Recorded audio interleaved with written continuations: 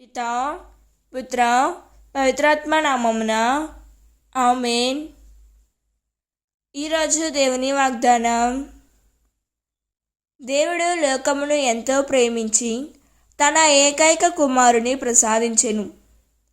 ఆయనను విశ్వసించు ప్రతి వాడును నాశనము చెందక నిత్య జీవమును పొందుటకై అటులా చేసెను.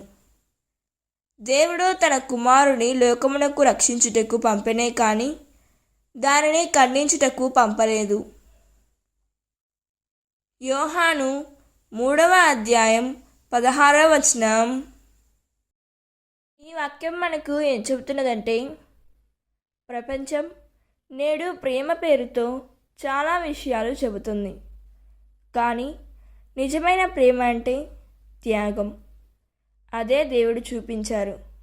మనం మాత్రం ఆయన ప్రేమను తెలుసుకొని కూడా నిర్లక్ష్యం చేస్తూ జీవిస్తున్నాము. రక్షణ కోసం పంపిన యేసును మనం స్వీకరిస్తున్నామా లేక తిరస్కరిస్తున్నామా? దేవుడు ఈ వాక్యం వింటున్న ప్రతి ఒక్కరిని దీవించునుగాక. ప్రార్థన. ప్రియమైన పరలోక తండ్రి, నాపై చూపిన నీ అపారమైన ప్రేమకు కృతజ్ఞతలు.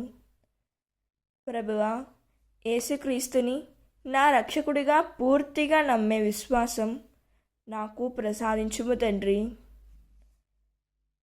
ఆమేన్. God bless you.